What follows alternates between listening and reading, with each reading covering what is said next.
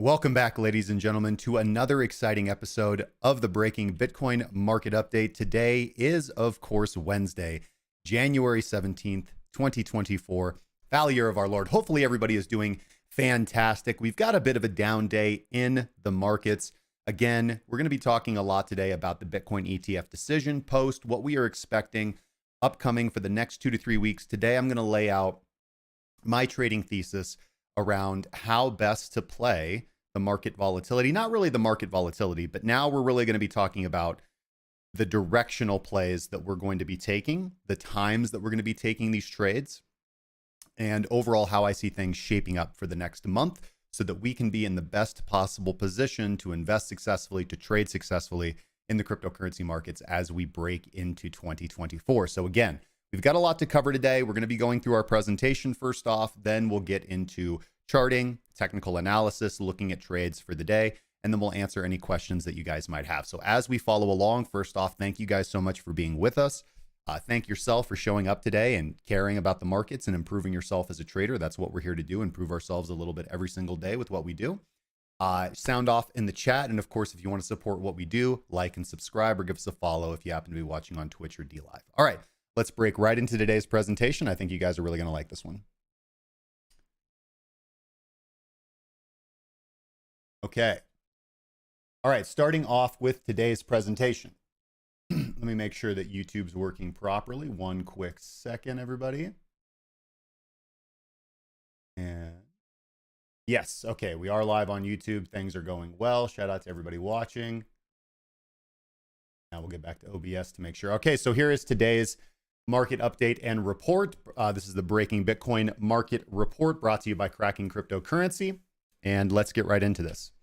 Okay, so it has been 1 week since the launch of the Bitcoin ETFs. And so far, Bitcoin's price has responded quite sluggishly and even bearishly, some might say. And this wasn't a huge surprise. As you guys will know, my entire narrative going into the Bitcoin ETFs was I actually thought the ETFs were going to be denied. I thought that Gary Gensler was going to be the deciding vote. So it was very surprising for Gary Gensler to come through as the deciding swing vote. And honestly, things played out completely opposite to what I thought, right? I thought that there was going to be political bias. I thought that the Democratic governors on the board of the SEC, there was only 5 individual votes and 3 of them Democratic, 2 of them Republican. I was very confident that all 3 Democrats, including Gary Gensler, would vote to the negative, would deny the ETFs. And in fact, the exact opposite happened, right? Both Democrats, excluding Gary Gensler, voted positive. Both Republicans voted negative, and then Gary Gensler came through as the swing vote and voted yay. So again, just very interesting how things shake up, and just is very humbling. And again, it's good to have your thesis, to make your trade, to be proven wrong, and then to be okay with that, right? This is just, it comes with the game of trading. If you can't take losses, you're not going to make it very far. But again, I just predicted this. This is going to be a sell the news event. But both plays, both volatility-based plays that I made on Bitcoin futures ETFs. I took the no decision bet on poly markets, and then I also used Thales to take options trades to the downside. $40,000 strike, January 12th. That didn't happen. I was expecting ETF denials. I was expecting a big sell-off. We got the ETF approvals, and so far we have had a mild sell-off, quite a bit of volatility anyways, actually, but just not enough. All right, so we look forward. What is the next thing on the horizon? Now, the short-term impact of the ETF launch was anticipated to bring market volatility. That's exactly what we've had. We had a nice big run-up on the rumor, kind of the hacked Twitter account of the SEC the day prior to the actual news that yes, the ETFs have been approved. So all that volatility was interesting. And this is why I recommended options. And I also recommended what we're going to be talking about more in depth today, which was the Ethereum relative value trade as the correct way to navigate this catalyst decision. Whenever you have like a big catalyst in cryptocurrency, typically the most basic and easiest way to trade it is to buy the rumor and sell the news. You have to have the temerity and the courage to buy the asset when there is a rumor, and you have to hold through to the news, and then you have to sell at the news, right? I can't get bullish at the news. And it's been a buy the rumor, sell the news event. We have all these long speculators who just picked up Bitcoin, short-term holders, which, as we know from monitoring on-chain data from Glassnode, is in the minority, right? Long-term holders are, of course, clearly in the dominant as far as Bitcoin holdings go. But again, short-term volatility is controlled by short-term holders, those who have held their positions for less than 90 days, speculators, tourists. Okay, but So we haven't had these big breakouts. We haven't had these, like $1 billion of net inflows or anything like that. We were looking for all that. That hasn't happened, but we do need to take positively a long-term perspective here, okay? Because what has happened, what is now opened up to us, and what we will see over the next weeks, months, years, is we will start to see pension funds, sovereign wealth funds, money market funds begin to pick up Bitcoin on their balance sheets as a percentage of their assets under management. And everything will be good. This is overall very, very good for Bitcoin. These things take time. So long-term perspective here is very helpful. This is going to open up billions of dollars of potential inflows into the cryptocurrency markets. And this is another thing. And we talked about this. We talked about this in mentoring, and we talked about this. We've talked about this at length, actually. This idea, well, Alex had floated this idea in our previous mentoring session of, should we be concerned with all these ETFs snapping up the supply of Bitcoin because that might give them some monopolistic control? And I thought, and I said, and I still believe now that I've had more time to think on it, it's not really something I'm concerned about because we have on-chain data. We can see exactly what they're doing. And just because they hold or might hold a significant portion of BTC, we still have miners, we still have the developers, we still have the trifecta of blockchain control and decentralization.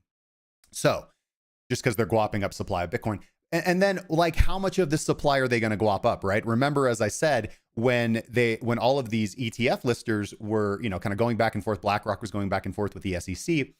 The two primary concerns was the shelled surveillance protocol, and the second concern was counterparty risk, right? And so all of these ETF filings kind of refiled and said, well, Coinbase will be our counterparty. But Coinbase only has, as I've gone on to say many, many, many times, has only 2% market share of Bitcoin. They do not have that much Bitcoin relative to how much Bitcoin is out there. Because Coinbase has no presence in the derivatives markets. The derivatives markets is 3 times the size of the spot markets, and they only have 8% market share of the spot markets in the first place. So when you extrapolate that all out, they only have 2% market share. They're just not a large enough, Coinbase is not a large enough counterparty to be these ETFs counterparts. But I digress. Positive, of course, we talked about this yesterday to a degree. Trading volume, you can take this how you want, but trading volume has overall been not what we wanted, but it's been good. It's been good trading volume, right? Bitcoin spot ETFs recorded significant trading volumes, $4.6 billion on the first day and over $7.6 billion on the second day. So the volume is good. This is an exciting asset and individuals are taking advantage of it. Shout outs to Alex. Happy Wednesday to you as well, brother.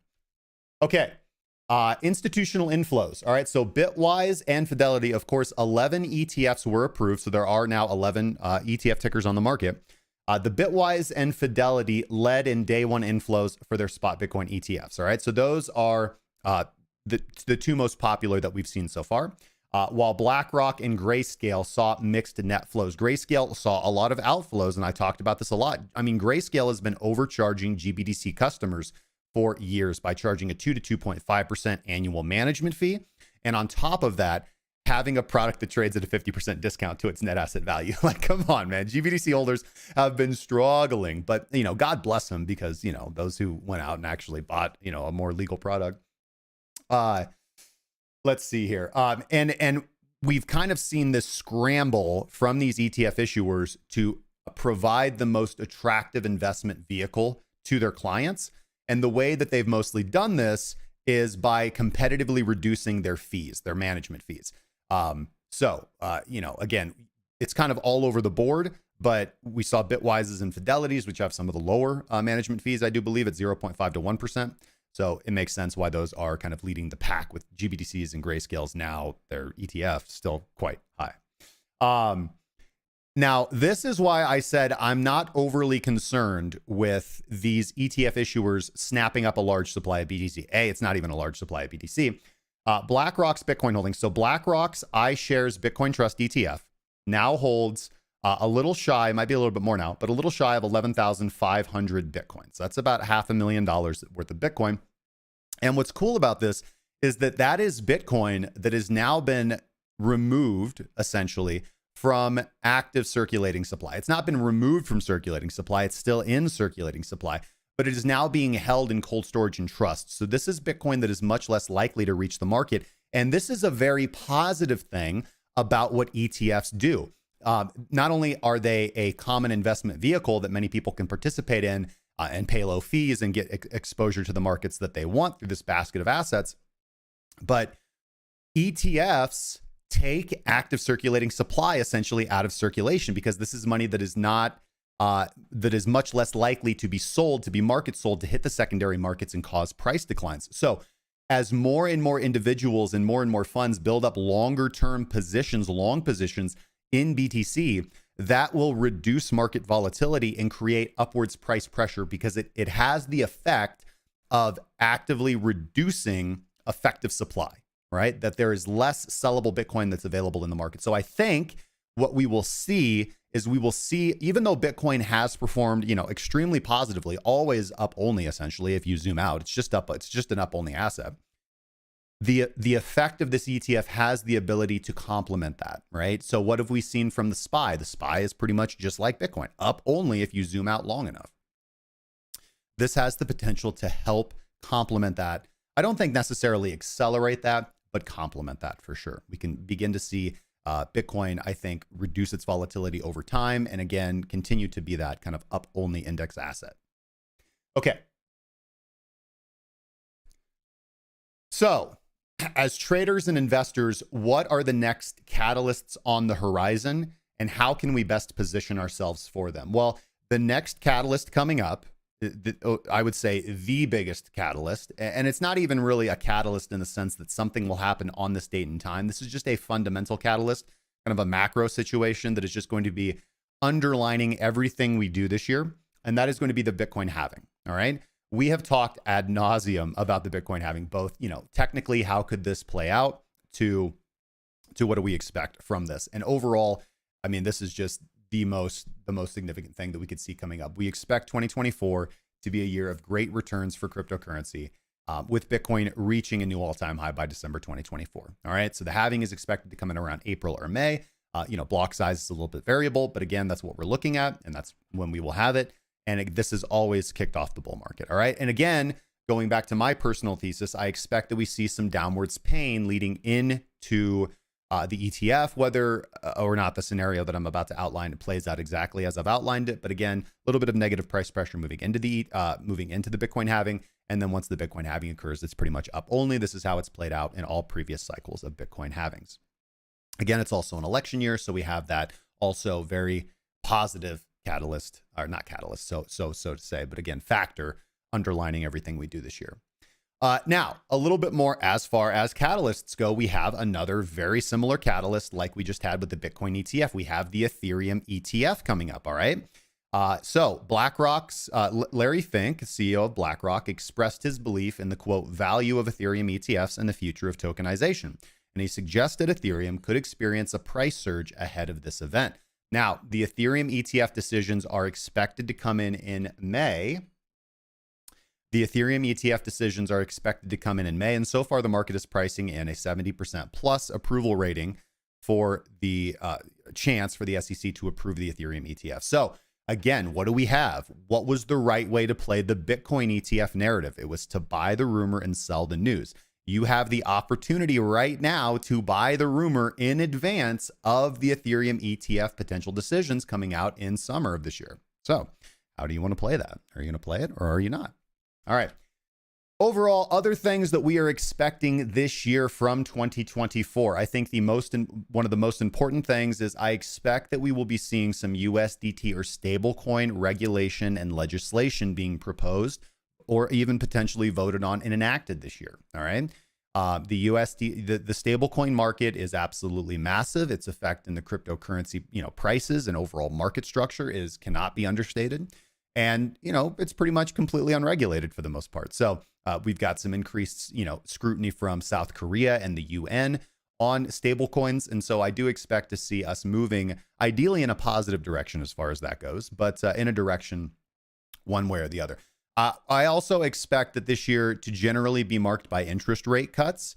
Again, that's everything that we've had, that is the best, or that is the most likely outcome that I can anticipate based on all the signaling that we are getting, not only from the macroeconomic indicators, but also from the signaling from the SEC itself.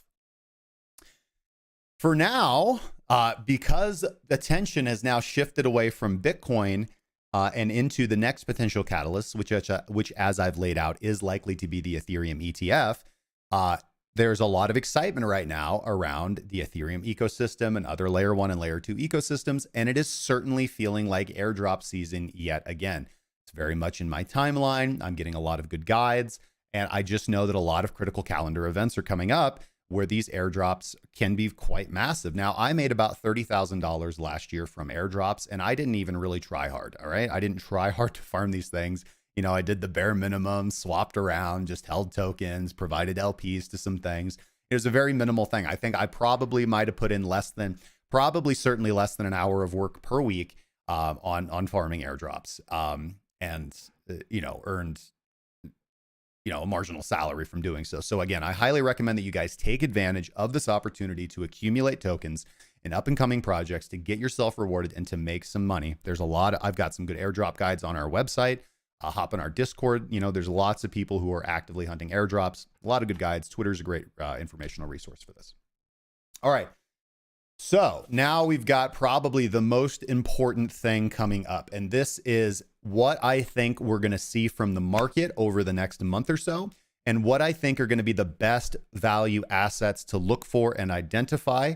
And overall, what is going to be the narrative moving forward for the next month? And that is, will the Ethereum rally continue? All right. Now, if you look at Ethereum's USDT price or USD price, you might think that there's not such a rally going on. But if you look at the Ethereum BTC chart, or what is Ethereum's value relative to Bitcoin, and if you look at the Ethereum dominance chart, you will see a very different picture, and you will see a very, as well as if you look at inflows, not only to Ethereum, but also to other Ethereum layer 2s and proxies, you will see a very different story, and you will see that there is a huge Ethereum rally underway right now. So, the week before the ETF decision, I suggested to our premium members the best way to navigate this ETF decision. Now, of course, as I've laid out, the primary option that I laid out, which is to bet against the ETF decision and to use options to speculate on lower prices, didn't play out the way I traded. I know other members in the group were a little bit more conservative with their strike prices on their options plays and were actually able to pull out quite big wins,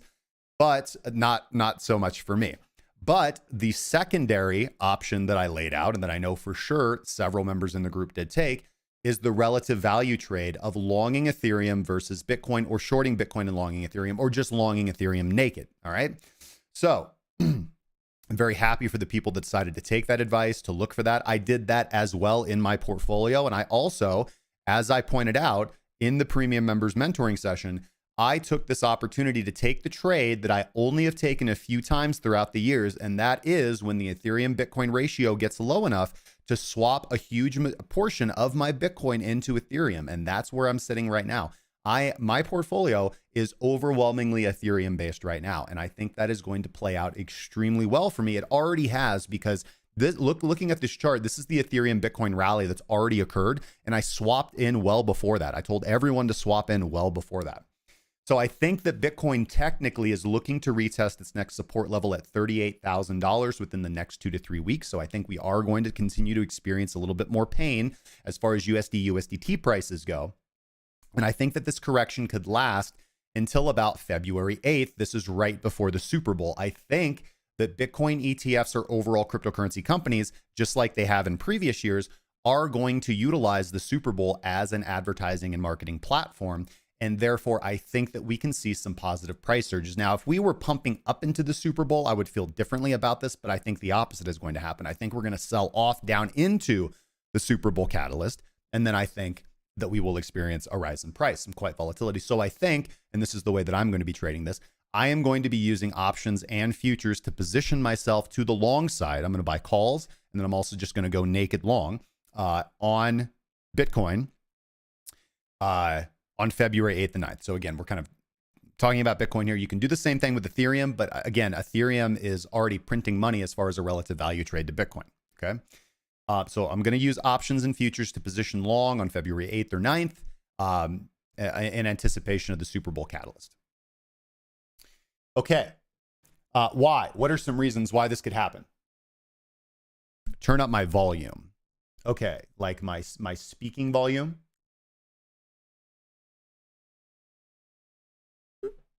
This way. Would you like me to turn up my speaking volume?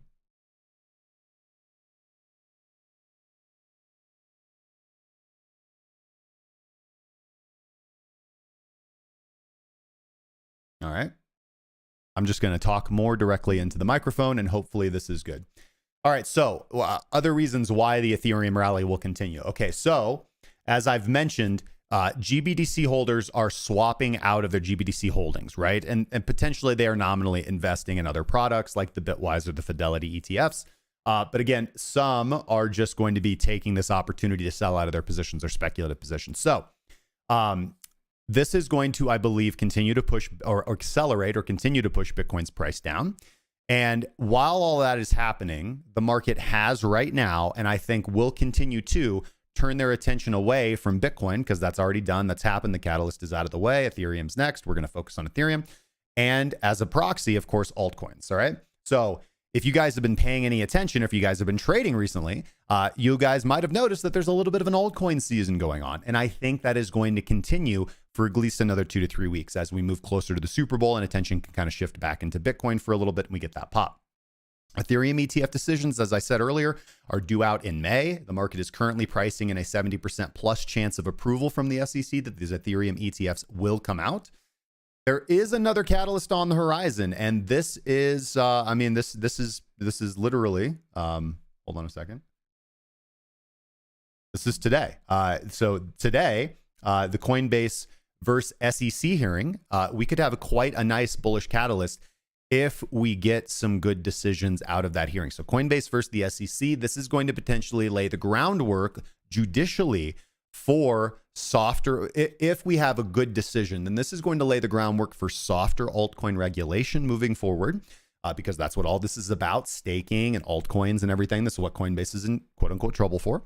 So if we get some positive pushback here, which we have some good precedent now for the SEC not getting what they want, all right, and not getting these stringent rulings.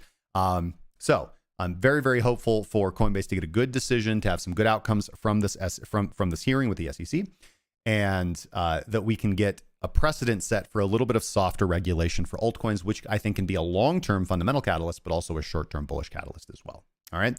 Also, I do believe the Ethereum Denkin upgrade is occurring today. Not super significant for anybody. It's occurring on the Guerli testnet, but again, catalysts are good. Okay. All right. And finally, one other reason why I think the Ethereum rally is going to continue is that we have seen Bitcoin open interest pretty much fall off and go flat. Alternatively, Ethereum's open interest market-wide on perpetuals has risen 5%, and that is a very significant number. 5% is a very significant number when we're talking about open percent in the hundreds of billions of dollars. Other thing too is Ethereum Classic has been the most actively traded token for the last 5 days. So just showing you by proxy, how invested and excited investors are and traders are and jumping into the Ethereum ecosystem right now. Bitcoin dominance has been declining while Ethereum dominance has climbed above 18%, which is the highest level it's been since October of 2023. So again, things are very positive. And the ultimate conclusion and summary of everything that I've just laid out is that I believe that the altcoin, especially Ethereum rally, will continue. All right, we'll continue. All right. As I said, this is certainly airdrop season. So in addition to directly speculating on altcoins, Ethereum products, et cetera, et cetera, et cetera, I do think it will very much behoove you, the viewers, to actively be hunting airdrops. I think that is, if you want to lock in, if you want to lock in, like your first 5 figures in crypto, airdrop hunt this year. Airdrop. There's going to be so many juicy, attractive airdrops. I gave my list of 12 tokenless projects I'm interested in investing in to the premium members. By demand, if there's enough demand for that, I believe I will make a video for the YouTube channel. So you guys let me know. If this video, again, tell your family, tell your friends, but if we can get some demand for that in the comment section, or a good amount of likes perhaps on today's video, then we will consider publishing that as a full video. The 12 tokenless projects that I'm going to be airdrop farming, that I'm going to be airdrop hunting for 2024. These the big ones, But none of those are on this list except for one. Actually, Avo is on there, so you get a little sneak peek of that. But what are some easy, again, very simple airdrops that I think just about anybody can hunt and farm for with very little effort? Well, Phantom Wallet is rumoring that they're going to be doing an airdrop. All you have to do is just use the wallet on Solana. It's easy. It's a great wallet. I use it all the time. I use it every day. Rainbow Wallet, they're starting up. They've got this point system now. And as I said yesterday, I think that point systems for airdrops are just going to become the standard for protocols wanting to do airdrops. So you can get Rainbow Wallet. You could start a new wallet or migrate your old MetaMask wallet, whatever, but you can utilize that. MetaMask, of course, is long rumored to be having an airdrop. So I would recommend, you get a MetaMask, do in-app swaps, in-app bridges, just use it. That's all you gotta do. That's all you gotta do. And you'll probably get an airdrop for that. Avo, this is Perpetual Dex. This is one of my most anticipated airdrops. So just go use the protocol, do some swaps. Not do some swaps, but take some positions. Drift Protocol. This is a pretty, of course, the Solana network is very hot right now. So Drift Protocol over on Solana, it's a perps DEX. Just go take some trades, right? Very simple. And then, of course, Manta Protocol. This is probably one of the most hyped airdrops that I've seen recently. This is, of course, beginning next week. This is a layer 2. It's a layer 2. It's for Polkadot. It's also a layer 2 for EVM. So it just depends. They got the Manta Pacific and the Manta Atlantic. And, again, maybe we'll get creeks and rivers and streams, coming out. But they've got a point system as well. They've got this big kind of airdrop and NFT hunting thing. Again, I'm probably just going to be directly speculating on the token or attempting to farm, airdrops by utilizing the network once we get that nice launch. So look forward to that. All right, now what's the scuttlebutt for today? This, on the topic of USDT regulation. So I've been watching. I watch, Squawk Stream, Squawk on the Street and Squawk Box literally every morning. That's what I wake up to with my coffee. And of course, if you guys didn't know, they're doing a big thing in Davos right now. And Cantor CEO Howard Lutnick was talking to Bloomberg, and he gave some comments on Tether, and he said, quote, "I manage many of their assets. From what we've seen, and we did a lot of work, they have the money they say they have. We've seen it, and they have it." So, again, very, very good to hear, since I do think that USDT and stablecoin regulation is going to be one of the, kind of forefront issues this year, as far as regulation and, legalization and all kinds of things like that go. But, again, just good. This is an important individual and making these comments, very positive comments about Tether. And I think that's good, right? As much as we might dislike Tether or be like, oh, everybody says everything about Tether, they're shady, whatever, Bitfinex, blah, blah, blah. They're extremely important to our market. And so, USDT, being treated, I think, favorably and positively is overall very good for the markets. We don't want to have another Terra Luna event. Okay, a really good thread here from DeFi Man on Twitter about the Bitcoin ETFs and kind of what he kind of sees moving forward, or what kind of his breakdown of everything. I just found this to be a very informative thread.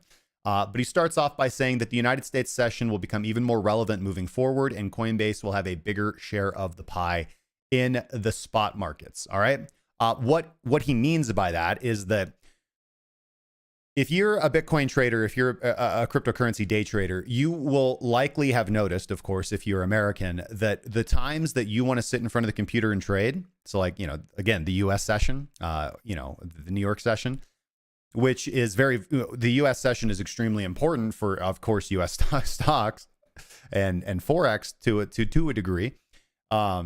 It's not really relevant for cryptocurrency. Yes, we do get some big moves like early in the morning, but that's just the tail end of the Asian session of the London session. So what he's saying with these ETFs now is that we will the US session, the New York session, the trading session, so 7:30 a.m. to Eastern to 3:30 p.m. will become more relevant, that we will see more volatility, and that you will actually get to be an American day trader and make money because there'll be volatility. So I think that this is likely true. And that Coinbase will have a bigger share of the pie in the spot markets. As I said, Coinbase only has about 8% share of the spot markets, and we expect to see that grow as they're the listed counterparty for many of these ETF products. He says around $2.5 billion has been traded each day on average, which hints that it would be pretty relevant in the future, taking into account current spot volumes in the most relevant exchanges. So he sees these ETFs growing as a tradable product to perhaps become much more dominant in the industry. If we look at the spot volumes on Bitcoin exchanges, they're greater than that for many of these exchanges. So Grayscale seeing around 600 million in outflows daily, while new ETFs are only seeing 300 to 400 million daily inflows. So again, just mathematically, he says this explains the weakness of the last few days. Grayscale holders are getting out as fast as they can. And they're only putting a portion of that potentially back into other ETFs. They're just exiting their positions, speculating on the ETF decision. So and this is key. This is critical, and I think this is going to continue leading into the Super Bowl. Why I think we're going to see continued downwards price pressure for Bitcoin. GBTC and new ETF premiums gaps is getting slimmer by the day, so the equation will tend to zero rather fast and turn positive in the next 2 to 3 weeks. So again, we've seen this GBTC discount, and he's expecting that we will now begin seeing a GBTC or potentially overall Bitcoin ETF premium. That the price of these that the relative price of Bitcoin relative to the price of these assets will be higher than the spot price of Bitcoin, which is a good thing. I mean, it's bullish. And again, yeah. So just here laying this out. Net inflows equal total inflows minus total outflows. And then what's the last thing here? The big numbers already achieved might propel the efforts from blah blah blah blah blah blah. Yeah. So again, when we just look at let's look at the $2.5 billion in volume traded each day, and then now let's just compare that to the 24-hour trading volume for the 4 biggest exchanges, and we can already see that $2.5 billion in volume is already higher than the top 4, and is only smaller than Binance, of course, with $7.6 billion in daily traded volume. Right, but already 2 days of trading, and we're doing more daily volume than ByBit, which is the second largest exchange. So pretty important. All right, shout outs for you, for those of you, bot snipers, and those of you guys playing that narrative. Certainly Unibot and other bots like that. I of course speculated on BookieBot, and had a good trade. Then I bought back in, and now it's like down low, but whatever, we live. But this tweet from Mhan Casalo, it says, last week Team Unibot put in a new all-time high on users and will easily surpass all-time high in trading volume this week. Most of the activity now comes from Solana. So just pointing that out, we kind of had seen a decline in Unibot and thoughts about it. But again, this new data might reveal that potentially Unibot's just getting started. So maybe one to put on your radar. Continuing on with USDT, this from Leon Weidman over on Twitter, on Chain Insights. He reports here that the USDT market cap has reached a record high. Tether's new highs historically signal strong bullish momentum for Bitcoin, Ethereum, and the wider crypto markets. This pattern always precedes new all-time highs. Let's go. Let's go. All right, let's go.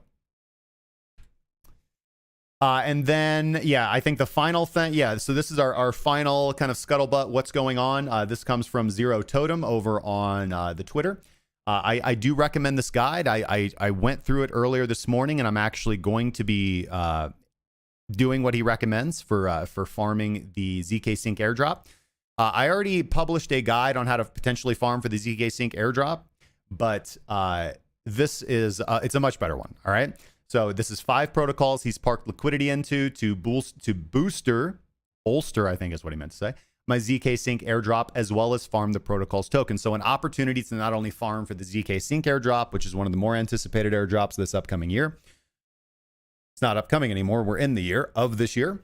And to also get an opportunity to farm the protocol tokens of these new protocols. So competitive yields takes 5 minutes. So I recommend just search for Zero Totem over on the Twitters or X or whatever the heck they call it nowadays. And you can find his guide. Good guide. Recommend following these steps if you guys want to get some exposure to these tokens. All right, that's it. That is the market report for January 17th, 2024. I want you guys to trade safely with any advice. I'm not responsible for your investment decisions. I'm not responsible for your trades. I am just a trader. I am here sharing my insights, my thoughts, and how I think things will play out. All right. Remember, guys, above all, that emotional discipline and risk management are responsible for paying the bills if you want to be a trader or investor, particularly in cryptocurrency, because it moves fast and it is very emotional if you don't control yourselves.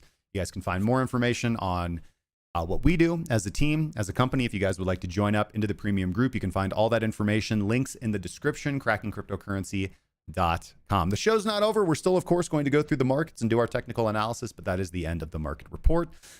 In the comment section, if you're watching this after the live, or of course in the live chat right now, if you guys have any questions or follow through on that, feel free to post, and I will answer your questions as well as I can. All right, that's what we got. All right, guys. We're going to reset. And we are going to get into market.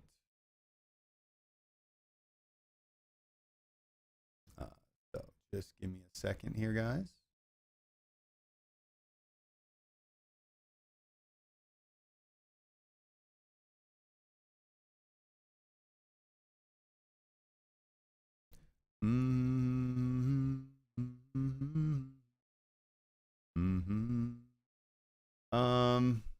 Let me think how I want to do this.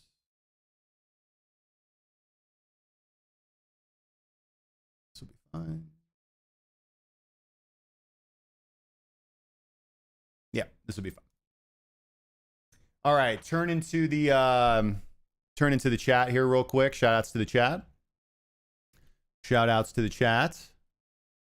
Alex81SG, Alexander Pearson started without me, but he was on YouTube, man. Yep. The market is predicting 7 straight rate cuts starting in March. Yep. Fed Watch chart. Yep. Let's take a look at that. My man.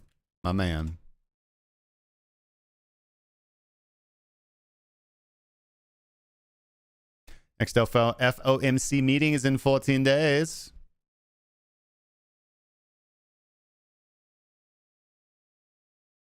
There's supposed to be a big chart here. Do we need to turn shields off?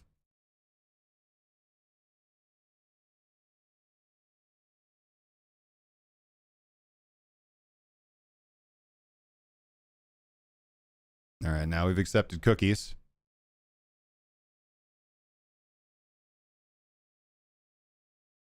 And nothing happened.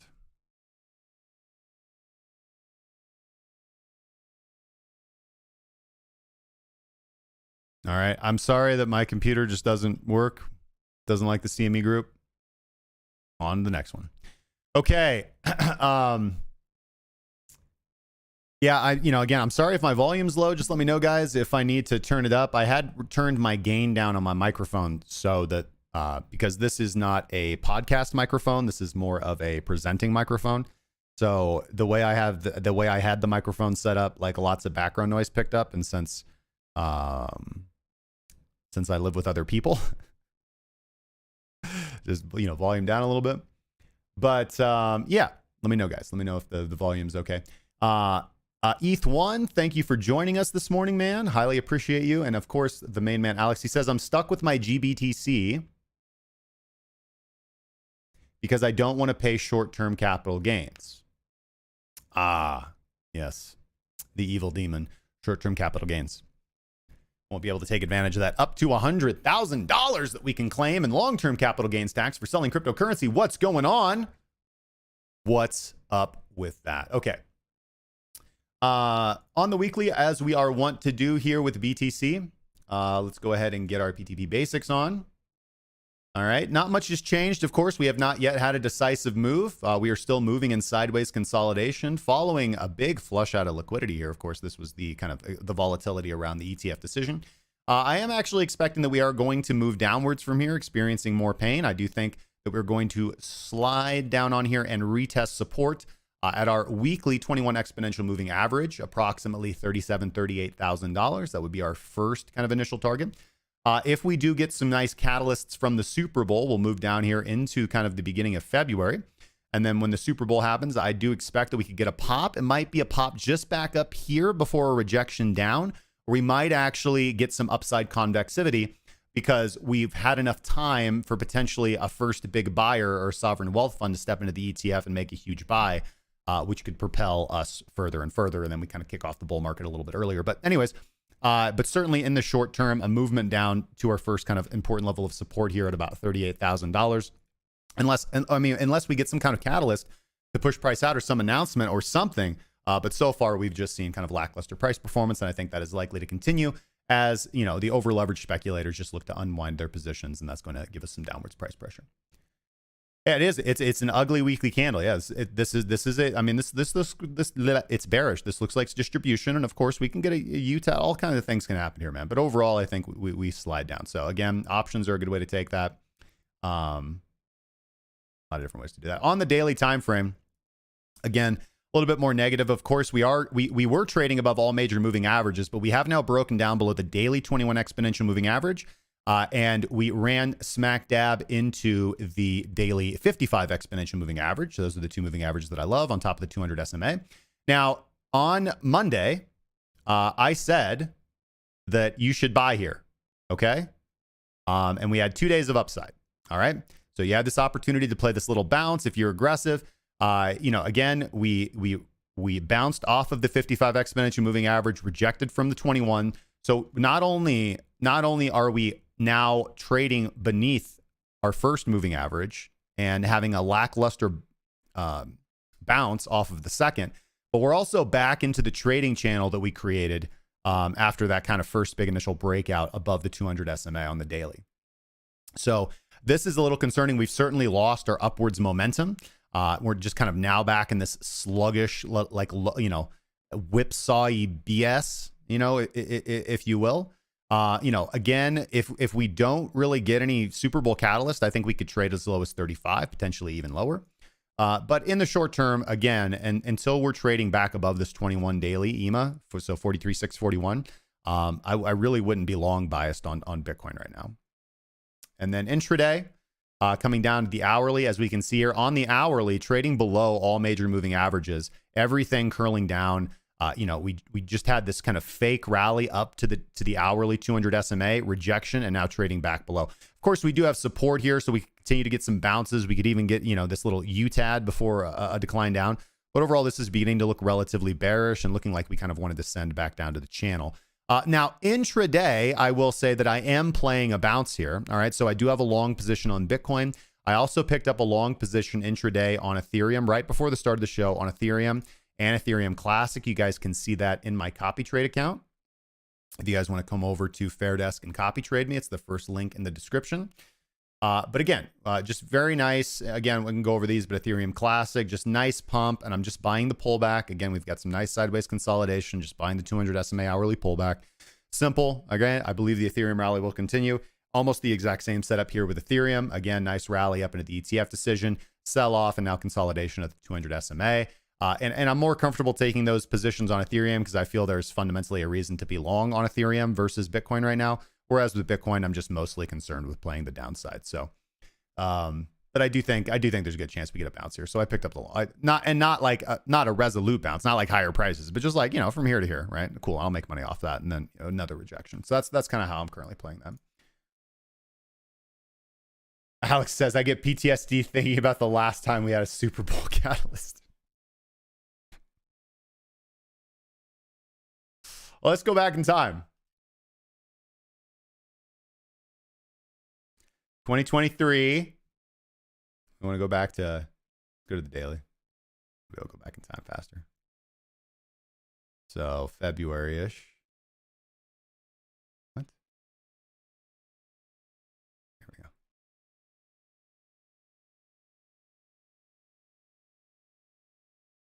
I mean, what do you mean? Right? Here's the Super Bowl right here, right? And, so you take the longs, and then 3 days later, bam! What do you mean?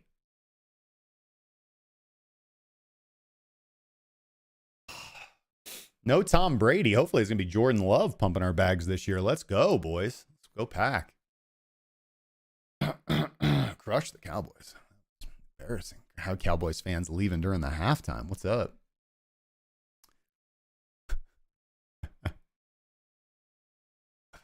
All right, let's see here. Okay, let's get over to Crypto Bubbles.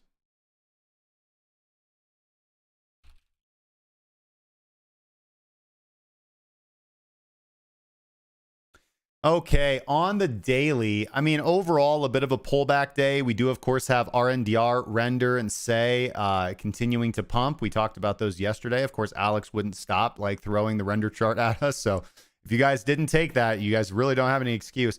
Blur, which, of course, has been on a run, having a bit of a pullback, as well as Arbitrum. Let's see here.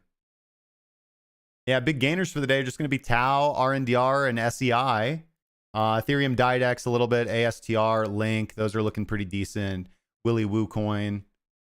But everything else pretty much down nominally. I think, again, nice overall red day. I think this is setting up nicely. On the weekly, of course, it's overall been a positive week, man. We got Pulse up 50%. Woo woo.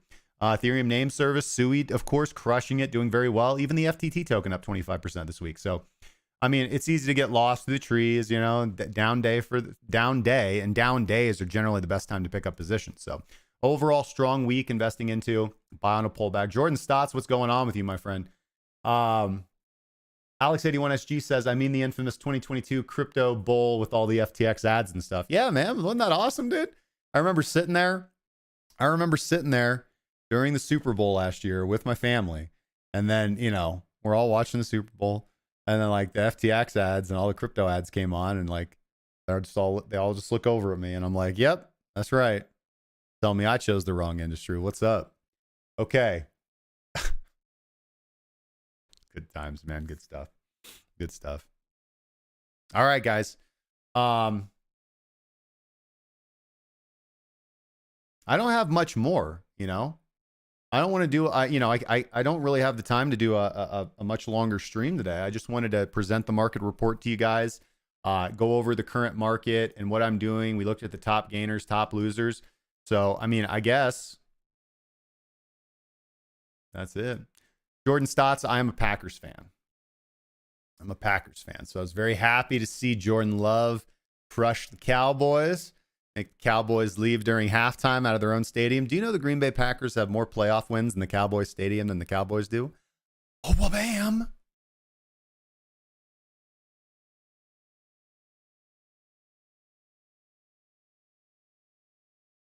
But yeah, go Love, man. He is just so on point this last half of the season. Like, oh my God, dude.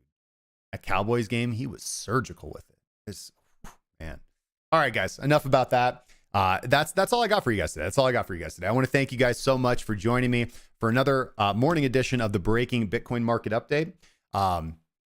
Listen, if you guys are tuning in late, I did a nice slideshow presentation for the first 20 to 30 minutes of this live stream, where I laid out my investment theses for 2024, where I laid out what I think is going to be the moves for the next 2 to 3 weeks. I laid out price targets. I laid out assets to hold, airdrops to hunt, everything you really need to know to hit the ground running here in 2024. So rewind, watch that portion of the show, share it with your friends, share it with your, Discords, people you don't even like, whatever. There's good information in there. Whether or not you agree with it, I think it's just good to get multiple opinions. So that's my best advice. Thank you guys for joining the stream. If you want to support what we do, make sure to smash the like button and subscribe. It helps out way more than you could possibly imagine. And half of the people who watch the shows aren't subscribed. If you're watching on Twitch or D Live, you can support us with a subscription or a follow. Greatly, greatly, greatly helps. And if you want to join us and work personally with me and my team in 2024 to invest better in cryptocurrency, to trade better in cryptocurrency, to become a better version of yourself, check out everything that we do, crackingcryptocurrency.com. Sign up for our membership program. You can also copy trade me on Fairdesk. Links are down in the description to everything you could possibly need.